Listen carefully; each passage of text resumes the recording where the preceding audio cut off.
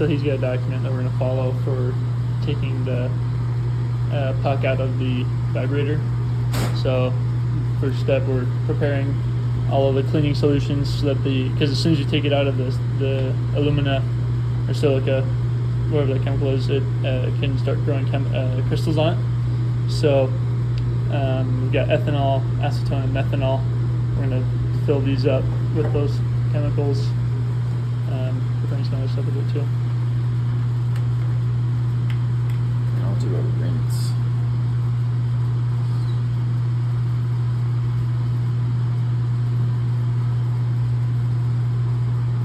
We're going to use ethanol and paper towel to wipe out these 3+ bubbles.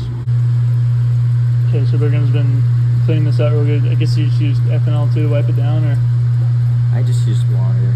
just water? Some deionized water in the ultrasonic vibrator.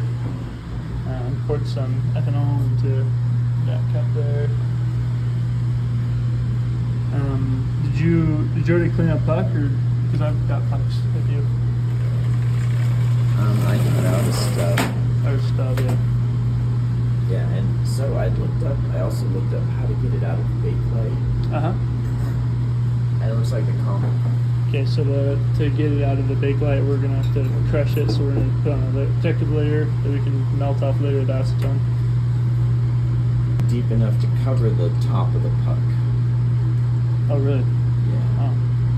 Because you can't put the polished side against the glass. Oh. But then this one can be shallow. So this is to get any fingerprints off the stub. Huh.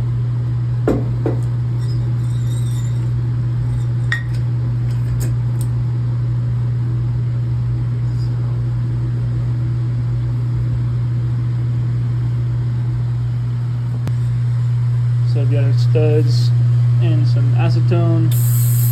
Put in the vibrator for a minute. Deionized water in there carries the vibrations to the acetone inside. Okay, so we brought our ethanol bathtub over here to the vibrator. So hit the black button to stop it.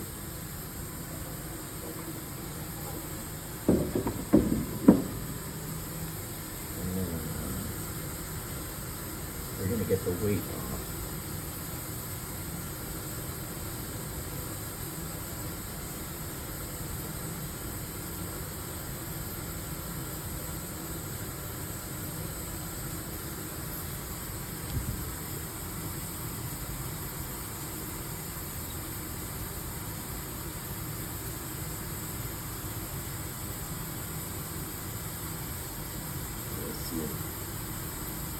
Good. Okay. So you want it to leave the puck behind. And so then put this right up here next to it. And then you start a continuous stream and you never stop. So you never let it get exposed to air. Oh. So it's always submerged.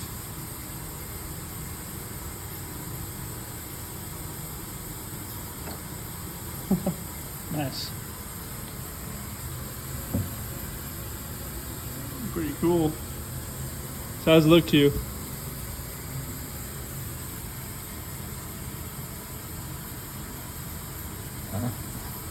Well, there's some good spots, but there's clearly some bad spots. Huh. Looks like that residue we were trying to rinse off before ended up causing a problem. You think there's big enough spots for the SEM another time? Oh yeah, they're like an EBSD scanners and they'll be like tiny. Okay. You just need one good spot, I think, for what you're doing. Cool.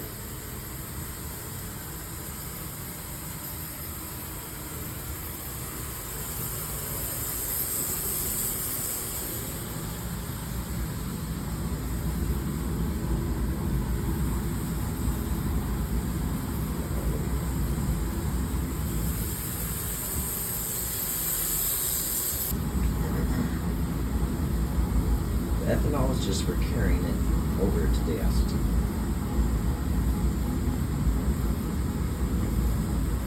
get another sheet of clear film.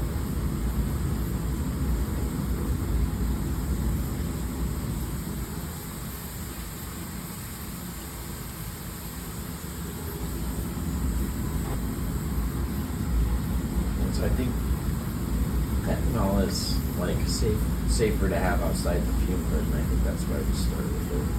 Huh. But this film should keep it from evaporating too much into it.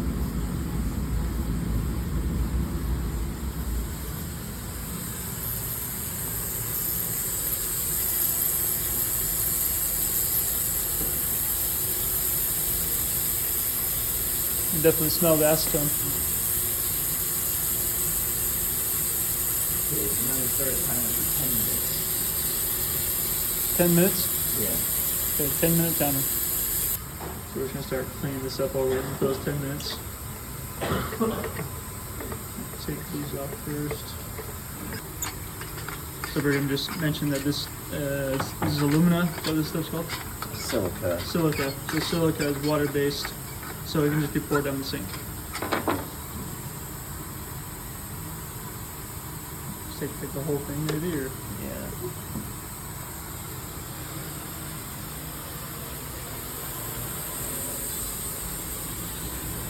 And then, yeah, clean up this pad so you can use it next time.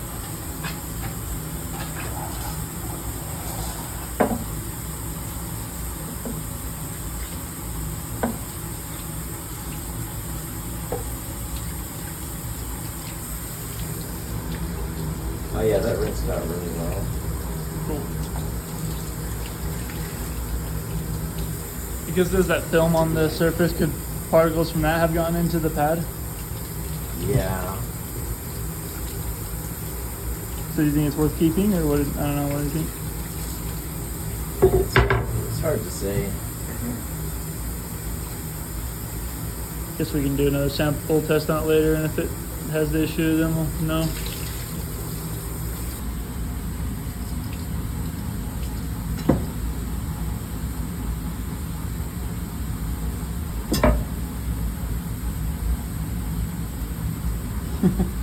Just trying to keep it down.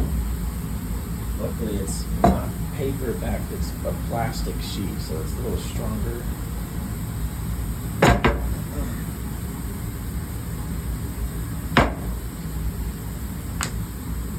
Nice.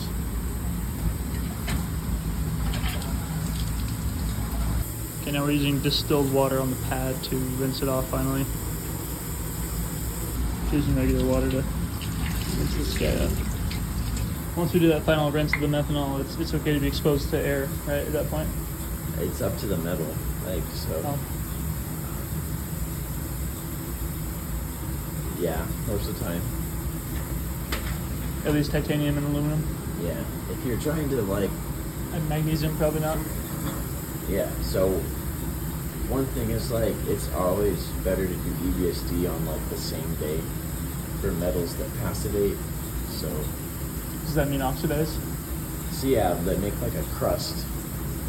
So yeah, like aluminum or titanium or stainless steel, they make an oxide layer and it grows thicker over a couple days. So if you scan it on the same day, you'll have a thinner oxide layer to scan through. Or you could store it in a vacuum. Or the paint might help with that too. Yeah. So to, because I'll probably want to take off the paint until the final day, so we can put it on the puck and then put it, and then get the acetone off it, right? Or put it on the stub, I mean. Yeah. That carbon tape won't dissolve in the acetone. The carbon tape will get removed by the acetone. So you have to remove the paint before you put it on the stub. Okay. Alright, sounds good. And we just do that by putting it in here with some acetone. Yeah. You submerge the paint in acetone, it'll come off in like 15 minutes. Cool.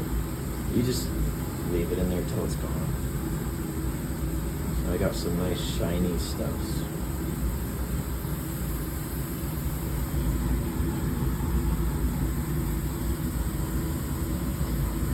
Alright, don't know if I recorded that, but we transported the puck from the acetone into the ethanol again, using the ethanol spray to keep air from touching it. Now we're putting it in the ethanol and back in the vibrator.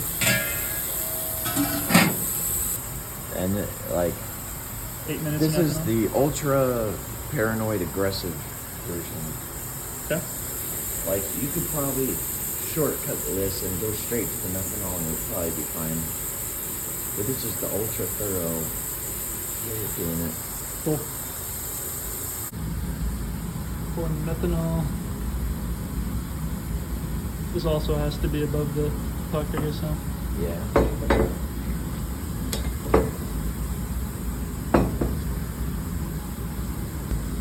Putting ethanol. It's literally it. Oh, that's a bubble. Okay.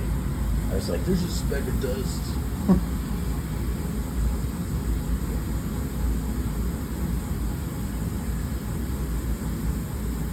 Cool. I thought I saw something kind of crazy. Like some little wave patterns from the liquids mixing. This is the last step. Woohoo! So we're gonna put that back in the vibrator and the methanol. Then it should be literally perfectly clean, like nothing on it. Like you could put this, if we did it right, you could put it in a microscope and you'd see just flatness, nothing. Like you wouldn't even be able to navigate around. That would be Can't awesome. tell one spot from another. How many minutes is this one in for? 5. 5 minutes.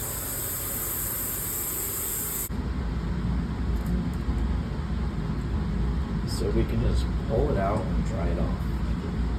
Okay.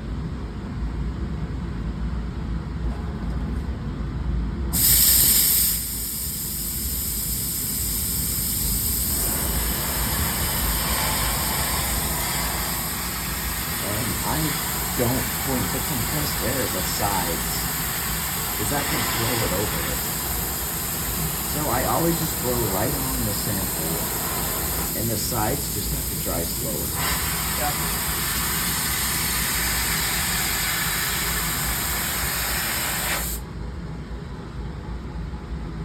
Looking good? Oh yeah.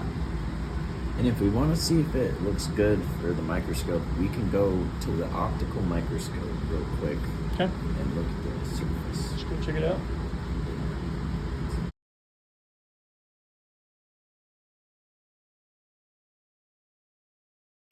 All right, got our Kapton tape on the ceramic, and I'm gonna crush this out.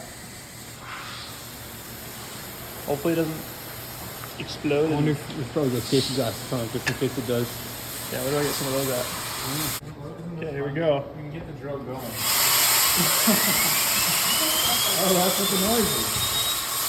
We could take a hammer and like tip on the side when you release the pressure. Do you think that would be easier?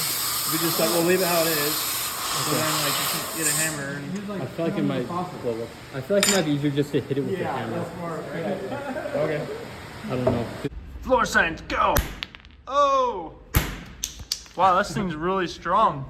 That's not what it's supposed to do. Here, let me try one more time. I feel like there's gotta be a better way. Because the sample. The sample's okay. It's not even. That's what I was wondering if we should have kept it in the vise. I'm surprised. I thought this would be more brittle because the dude like took a knife to it and it was coming off so easy. Really? So should we like chisel away at it? Maybe do it on this so they don't like destroy the countertop.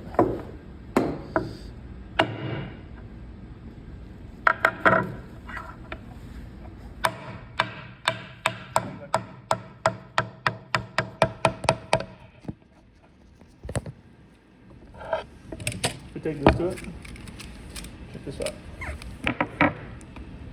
Oh, that's not the braid. See how just like Interesting.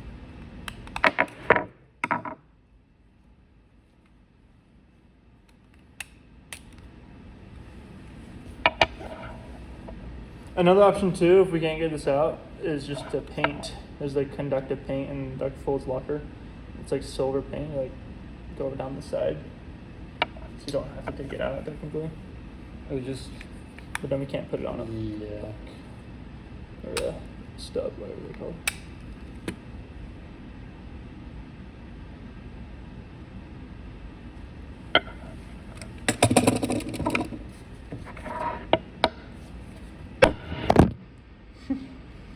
Damn, that stuff's freaking hard. Oh, this video is really quality. Thanks, Jen, for taking